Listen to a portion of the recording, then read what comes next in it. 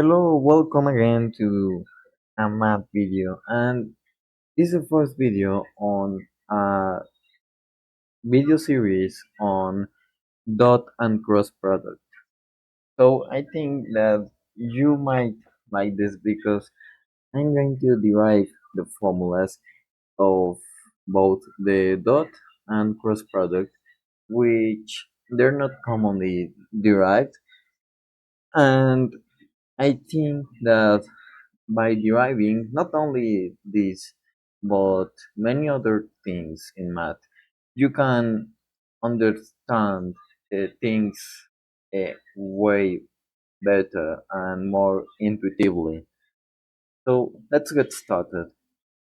So what is it? This is the dot product.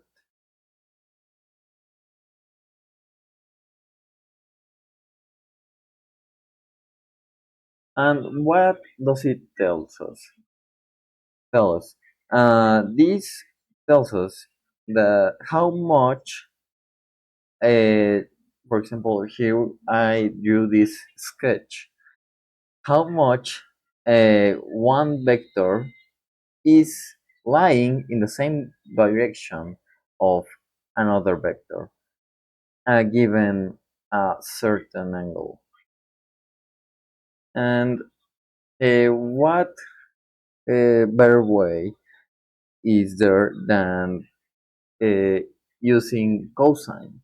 Actually, you can simply come up with this definition and you don't have to derive anything at all. You can simply define something to be a measure of how much A is in the same direction of B. But here we are not doing that. Here we are deriving this formula from trigonometry principles. But first, uh, look at this. This is a magnitude of the vector A, and this is a magnitude of the vector B. And cosine theta is the cosine, but of the angle that is between those two vectors. And actually, it doesn't matter the order of the dot product. It's a dot b is equal to b dot a. So you can calculate it either way. Now, where does this formula come from? Actually, first, notice that when the angle theta is 90 degrees, like this, obviously they're not going in the same direction at all. So therefore, it makes sense that since they don't share any component, uh, for example, A doesn't have, in this case, an X component or B doesn't have a Y component, it makes sense to say that they're not in the same direction at all. And therefore, the dot product is going to be zero. And here we can use the formula to prove the same, because cosine of a 90 degrees is just zero, and all this expression will go to zero. And conversely, if both vectors lie exactly in the same direction, that means that the angle is zero. Theta is 0 degrees. And look, this is obviously that they're in the same direction. So it makes sense to say that this is equal to 1. Or rather, just the product of the magnitudes of the two vectors. And we can prove that with this formula because cosine of 0 degrees is just 1, and we will be left with magnitude of vector A times magnitude of vector B times 1. So we will be maximizing this quantity over here. Now, in order to derive this formula, we can use the law of cosines. Remember that for a triangle, given the values of each side and maybe at least one angle, let's say only this one, and we want to know this side over here, and we know the side lengths of these two. We can do the next. Actually, I'm going to label this as x. So from law of cosines, we can write the next. C squared is equal to a squared plus b squared minus 2ab times cosine of x. In this case, x is the angle.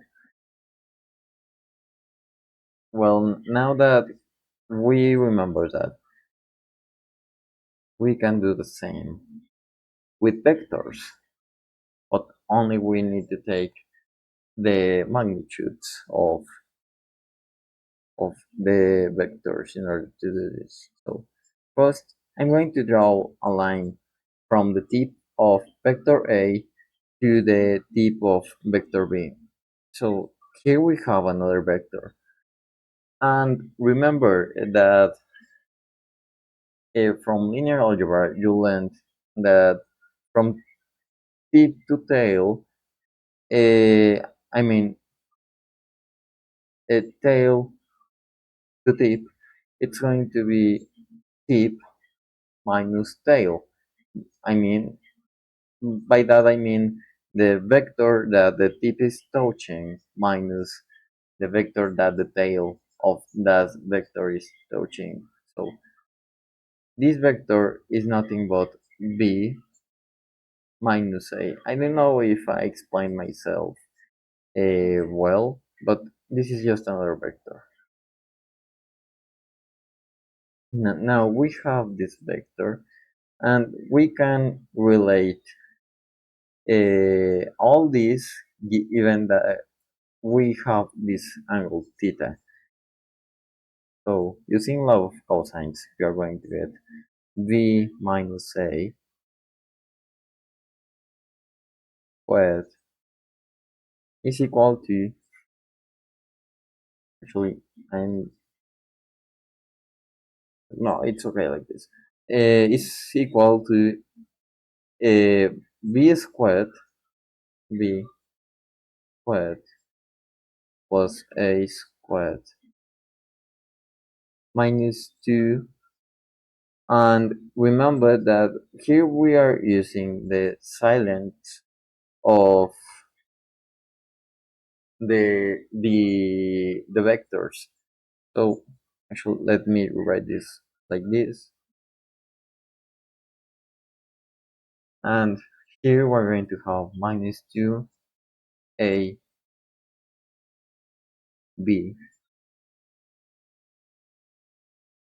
times cosine theta. And now we can develop this into our formula v squared minus 2ab plus a squared. So let's write it like that.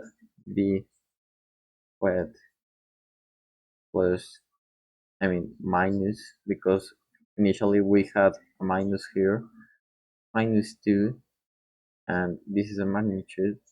I will explain why. And no, actually, this is not magnitude. Here we are just going to multiply the vectors a, and I'm going to write a dot here. times b plus a squared. Now, uh, here, since you have a vector squared, and remembering that anything squared, well, actually I'm going to use x squared, is equal to the absolute value of that thing squared. And this holds true for vectors as well. But in this case, this absolute value is going to be the magnitude of the vector. So this is nothing but the absolute value of v, I mean the magnitude of v squared, and this is nothing but the magnitude of a squared. And now we can cancel out terms on both sides. So b is squared and b squared is going to cancel out. A squared and a squared is going to cancel out. And we are left with minus 2a dot b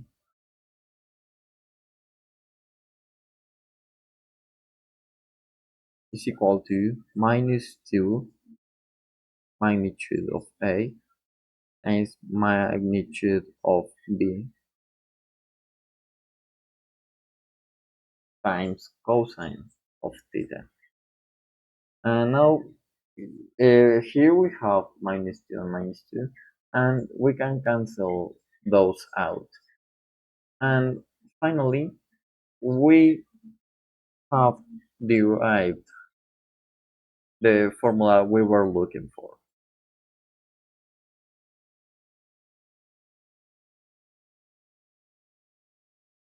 Here it is. And look at this. This is the formula we had originally. And we derived this from the law of cosines. And why would I want to use this? Well, in a future, or maybe you are already doing it, you might study calculus 3 and you might come across with line integrals. And it's quite interesting because for line integrals, it tells you how much uh, a vector is going in the direction of a vector field, in case you have a vector field or so. But in this case, it's purely geometrical, I mean, or geometric. I don't know if that word exists, but at least there you have it. So see you guys.